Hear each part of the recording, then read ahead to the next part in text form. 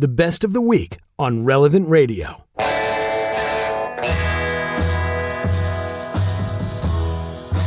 Your life, your faith, connected. The Drew Mariani Show on Relevant Radio. I want to talk a little bit, if we could, today about Pope Leo XIII and the 14th. I'll talk about the 13th too, okay?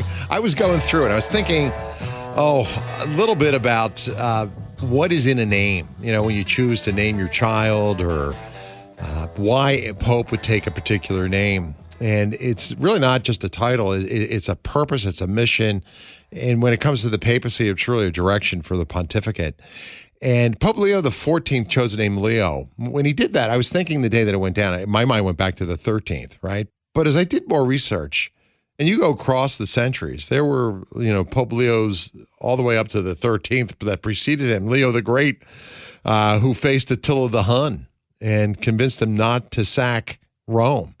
Imagine the courage of that pope. He defined the doctrine of Christ's dual nature, fully human and fully divine, at the council back in 451. And it was a pivotal moment in defending, Orthodox faith against so many heresies of the day. But these Leos, they were guardians of doctrine, guardians of civilization.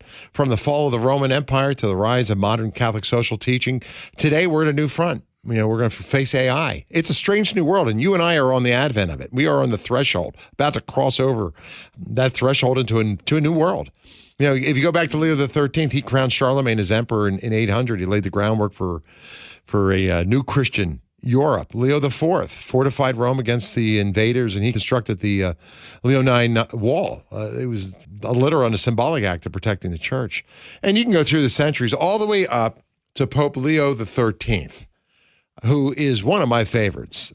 He reigned from 1878 to 1903, he issued Rerum Novarum, an encyclical that launched Catholic social teaching and spoke about the rights of workers, the dignity of labor. And now in 2025, Leo XIV has taken up the same mission. He had a lot to say about this recently. So I thought I would invite today Dr. Kenneth Craycraft, a licensed attorney in the James J. Gardner Family Chair of Moral Theology at Mount St. Mary's Seminary and School of Theology in Cincinnati to walk us through this. And Dr. Craycraft actually wrote an article on this as well. I just finished reading it not too long ago. Doctor, good to have you back. Good afternoon. Hi, Drew. Good to be with you. Thanks for having me on. Well, I love your piece, and I do think there's something in a name. Maybe you can walk us through that. I mean, there's a great legacy of Leos, but there's a great parallel between the 13th and the 14th, isn't there? Oh, absolutely. I think that's right. First of all, I just want to second your emphasis on Leo the Great, Leo I, who wrote the great Tome of Leo, which stands today as one of the definitive works on the person of Christ. So he stands in a great tradition. We'll skip over Leo X. That he's not the one that we're most proud of. But yeah, Leo XIV. In fact, I wrote the article before he made this statement, so I was very gratified to see that he also emphasized Rerum Novarum.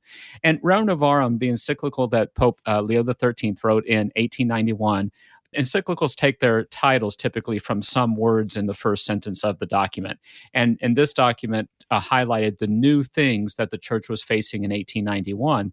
And recently, everything that Pope Leo XIV has said is recent, right? But he said a couple of days ago, he said, quote, "Sensing myself called to continue in this same path, I chose to take the name Leo XIV for several reasons." He said, but mostly, quote, "in his historic encyclical Rerum Novarum addressed the social question in the context of the first great industrial revolution." And so what Leo XIII did was to take that great treasury of Catholic moral thought and apply it to particular economic, social, and political realities of the late 19th century, which were enormous with the Industrial Revolution and so forth. And that's exactly how Pope Leo XIV sees his role as the teacher of the church. And I want to emphasize for a second Pope Leo XIV as teacher, because I think he's going to take that role very seriously. We believe that the church is mother and teacher. And I want to talk a little bit in a second about Pope Leo XIV's position as taking up the position as in the magisterium as mother, but teacher first. And what I think what we're going to see is an emphasis on a pope who looks at the new things in the 21st century, including especially artificial intelligence and the displacement that that's going to cause in the same way that the Industrial Revolution caused a large displacement of workers in that era with the rise of technology and caused a great deal of social upheaval of families and so forth when people who worked at home or in the local community now went to a factory to work on an assembly line. All of those things caused tremendous social upheaval. And we're going to see similar problems of social upheaval and unrest with the rise of AI. It's going to take people's jobs. People will be displaced. Yeah. We're going to have to make some hard decisions. And I think that we need the rich treasury of Catholic moral theology to speak to that. And it really looks like Leo XIV is the man. And I think that he's going to be a great teacher in that respect and a humble teacher as well, Drew. I have been so impressed in the short time that he's been Pope by his authentic humility, not feigned humility, not humility for the sake of showing people that he's humble, but just down to earth, simple gestures of humility and even just, I don't want to say man on the street kind of presentation, but there really is that kind of comfort that he has with people that I think really harkens back to two papacies ago, or really three, to St. John Paul II, who had the same kind of ease and comfort and camaraderie with people he spoke to. And you really see that with Pope Leo XIV. This really is a credit to the Holy Spirit, too, and the receptivity of the cardinals, because we live in to me, it's a very exciting time. And I know he emphasized that the church is kind of the tip of the spear in these times. We have to respond always to these challenges that are posed by change, whether it's the Industrial Revolution or now whether it's the artificial intelligence revolution. Right. Because they do affect all of us, human dignity, justice, labor. And he says, in our own day, the church offers to everyone the treasury of her social teaching in response to another industrial revolution and to the developments in the field of artificial intelligence that pose new challenges to the defense of human dignity, justice, and labor. So this is not just about technology. He sees it really about humanity. But, Doctor, I don't know if the world sees it that way, do they? I mean, so his voice is really, it's a clarion call, and I think at a critical time. No, I think you're exactly correct. As a matter of fact, one of the great champions of artificial technology, Elon Musk, seems to be celebrating the fact that it will displace people, displace human beings. And we see that in other people as well who are advocates of AI. And so this Pope sees that as John Paul II, again, hearkening back to him, like to say, it's all about the human person. All of our moral thought is about the human person, the development of the human person, and that dignity of the human person. And we have challenges to that today that are unprecedented in world history, just like Leo XIII did in the late 19th century and early 20th century. We have challenges to human dignity, but also to solidarity and to the common good that need to be addressed as well. And of course, that's all part of the social doctrine tradition that Pope Leo XIII instituted in the late 19th century. Drew, I also want to say just a word about Aeterni Patris, a lesser known but very important encyclical that Pope Leo XIII wrote. And it was a revival of Thomist thought. It was a revival of the study of St. Thomas's philosophy, which had been sort of lost over the centuries in the church, and he wanted to revive that. I see Pope Leo XIV also taking that up. This guy is a bridge builder. The very word pontiff, if you think about it, comes from the Latin, which means bridge builder. So with Pope Leo XIV, he's stepping into, I would argue, a world divided, fractured, desperate for connection, desperate for meaning. I know you share this vision. You see Leo XIII, don't you, as a bridge builder? What's your view of him at this moment in time, and how do you see that case being made? Oh, I do indeed, Drew. And the Pope we sometimes refer to as Pontius Maximus, the greatest bridge, and because he is taking the See of Peter, he's the greatest bridge between God and man in his role as Vicar of Christ on earth.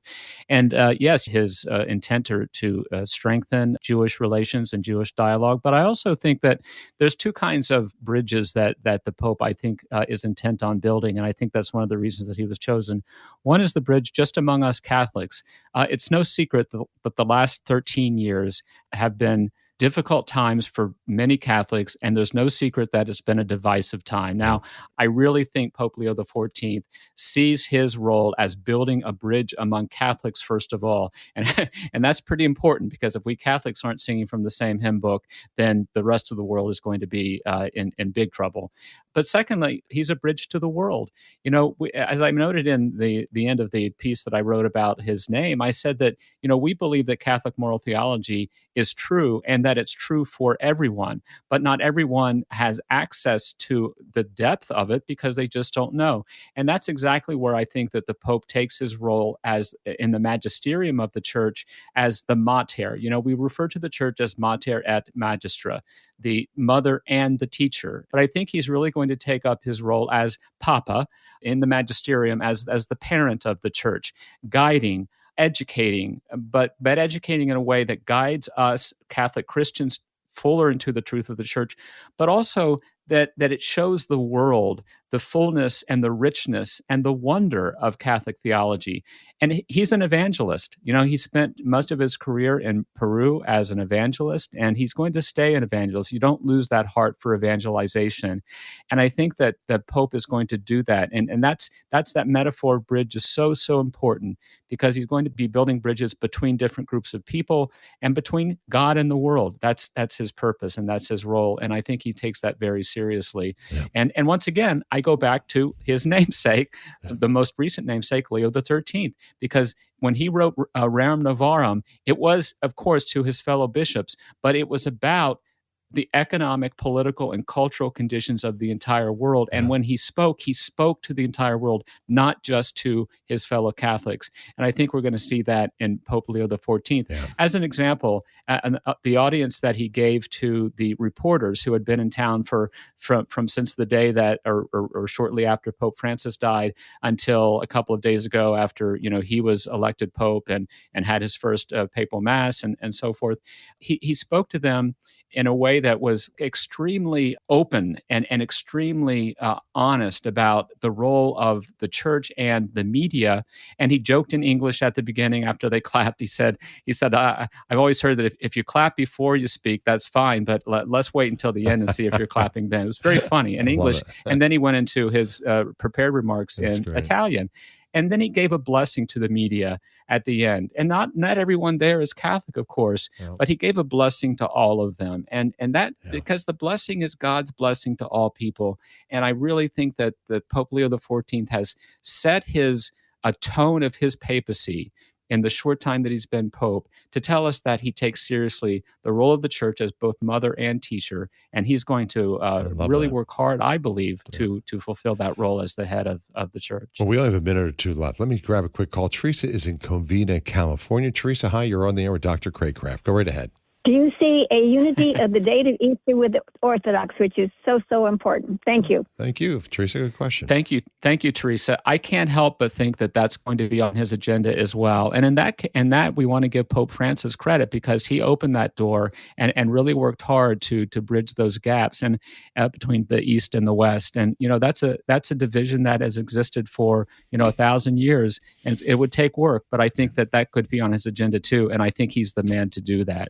Well, Doctor, I want to thank you for all your contribution over the months, over the year, really. Thank you, Drew. My pleasure. You got it, Dr. Kenneth Craycraft. You can join me and listen on the Relevant Radio app to The Drew Mariani Show live each weekday at 2 to 5 Central. Thanks for listening.